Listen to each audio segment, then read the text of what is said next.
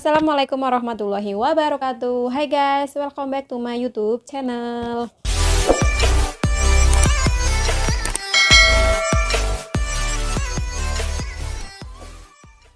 Film yang mau aku review atau yang mau aku bacain alur ceritanya ini sama sekali tidak mengandung hal-hal yang horor dan mistis, namun sebaliknya film ini banyak sekali mengandung adegan yang bikin jantung kalian ini semakin deg-degan guys. Film ini berjudul Hush. Nggak tahu bacanya Hush atau apa, pokoknya tulisannya Hush. Ya, seperti itu. Film ini tayang pada tahun 2016 kemarin guys. Aku mau sedikit bacain alur dari film ini.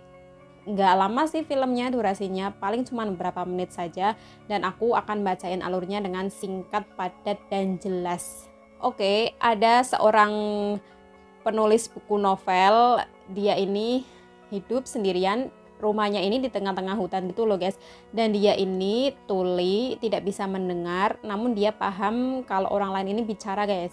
Dia ini cuma mempunyai satu tetangga, yaitu yang bernama Sarah, dan dia ini sering sekali berkunjung ke rumahnya.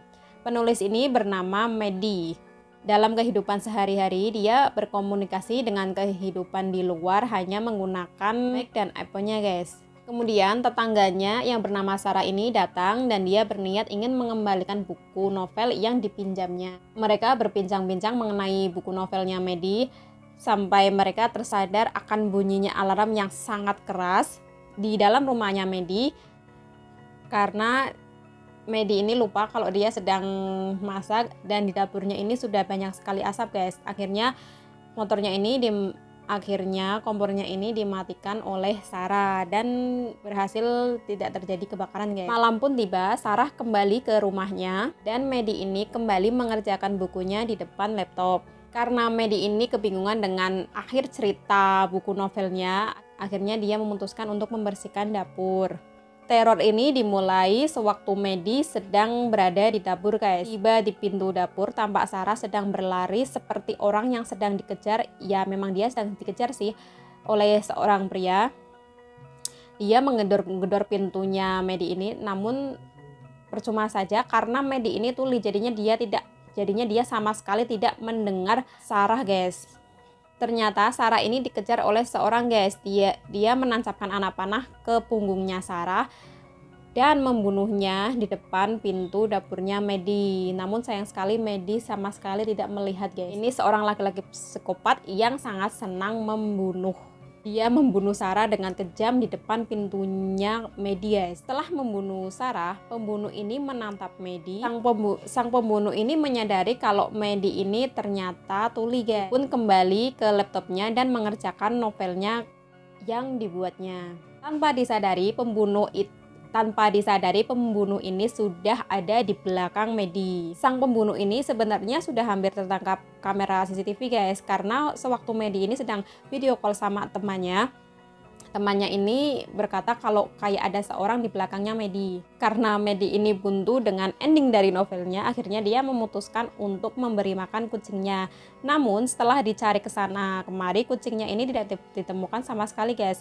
Dan dia masuk kembali ke dalam rumahnya dan membuka laptopnya kembali. Dia mendapatkan pesan, sebuah foto dirinya tampak dari jauh gitu loh guys. Ketegangan dalam film ini pun dimulai guys. Maddie ini akhirnya menyadari kalau ada seorang di dalam rumahnya dan dia berdiri dan mencari orang tersebut. Sampai dia menemukan sang pembunuh yang sedang menatap dirinya di luar pintu masuknya dia guys. Dia langsung berlari menutup pintunya dan alhamdulillahnya pembunuh ini tidak bisa masuk ke dalam rumahnya guys. Pembunuh ini terus-menerus mencoba masuk ke dalam rumahnya, namun akhirnya Maddie ini dengan sigap mengunci semua pintu kaca di rumahnya. Bayangkan dong guys, rumahnya ini banyak sekali pintu kacanya. Sumpah guys, waktu aku nonton film ini tuh jantungku deg-degannya itu semakin meningkat, entah sampai level berapa, apalagi pembunuhnya ini pakai topeng guys, dan aku paling takut sama seorang yang memakai topeng. Kembali ke cerita filmnya, Maddie ini berusaha menelpon polisi lewat internet di laptopnya. Namun dengan cepat pembunuh ini langsung mematikan lampu listrik di rumahnya Medi. Medi ini memberi pesan di kaca pada pembunuhnya kalau dia ini tidak akan pernah bercerita kepada siapapun. Namun pembunuh ini ya percuma saja ya, karena dia ini psikopat. Dia malah melepas topengnya dan memperlihatkan dengan jelas tampang wajahnya, guys. Setelah itu Medi mengambil pisau dan palu dan dia masuk ke dalam kamarnya. Dia menutup pintunya menggunakan lemari.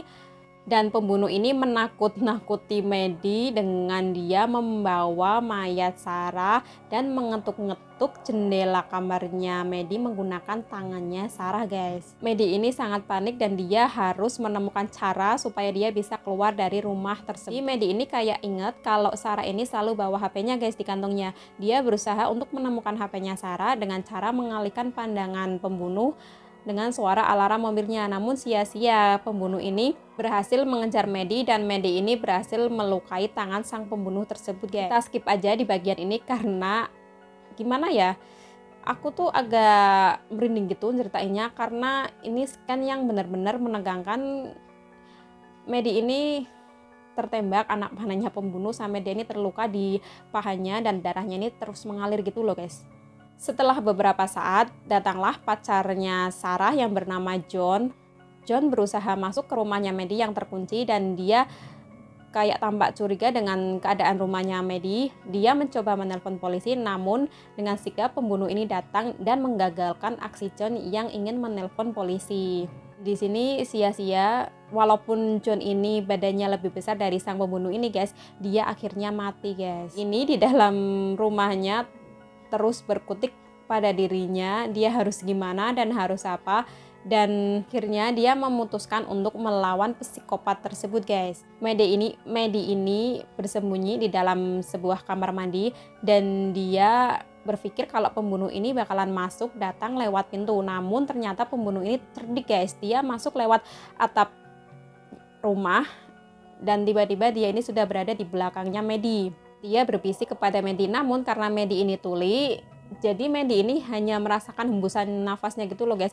Dia langsung menancapkan pisaunya ke kakinya si pembunuh ini dan dia terus berlari keluar, guys.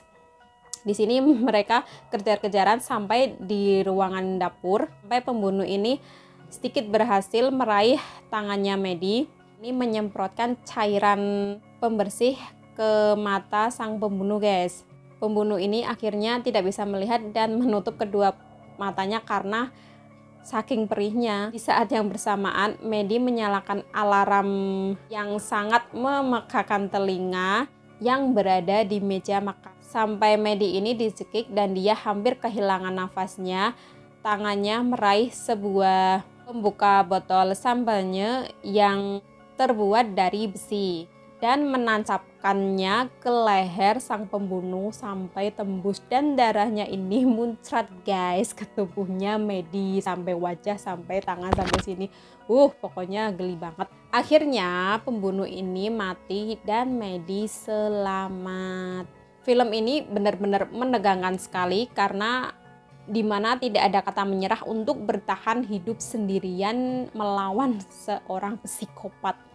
Percuma saja kan kamu mau bertahan di dalam rumah dengan keadaan kaki kamu yang berdarah dan sangat lemas, ya ujung-ujungnya pasti akan meninggal. Kamu mau keluar dari rumah, ujung-ujungnya kamu pasti akan meninggal dibunuh sama pembunuh. Ya pasti jalan satu-satunya kalian harus melawan pembunuh, guys. Dan gimana caranya berusaha untuk menang dari psikopat. Guys, aku saranin kalau kalian mau menonton film ini jangan sendirian. Karena film ini sangat menegangkan banget. So, gimana dengan review film aku ini yang singkat dan jelas nggak sih, guys, menurut kalian? Kalian mau lihat lebih detailnya, kalian wajib tonton ya bagi yang suka dengan film yang deg-degan dan menguras jantung kalian. So, gimana review film aku kali ini? Kalau kalian suka, jangan lupa luangkan waktunya buat klik tombol subscribe, like, dan share ke sosial media kalian ya. Dan jangan lupa bunyikan lonceng notifikasinya untuk mengetahui uploadan video terbaru dari aku. Wassalamualaikum warahmatullahi wabarakatuh. Bye-bye. See you on my next video.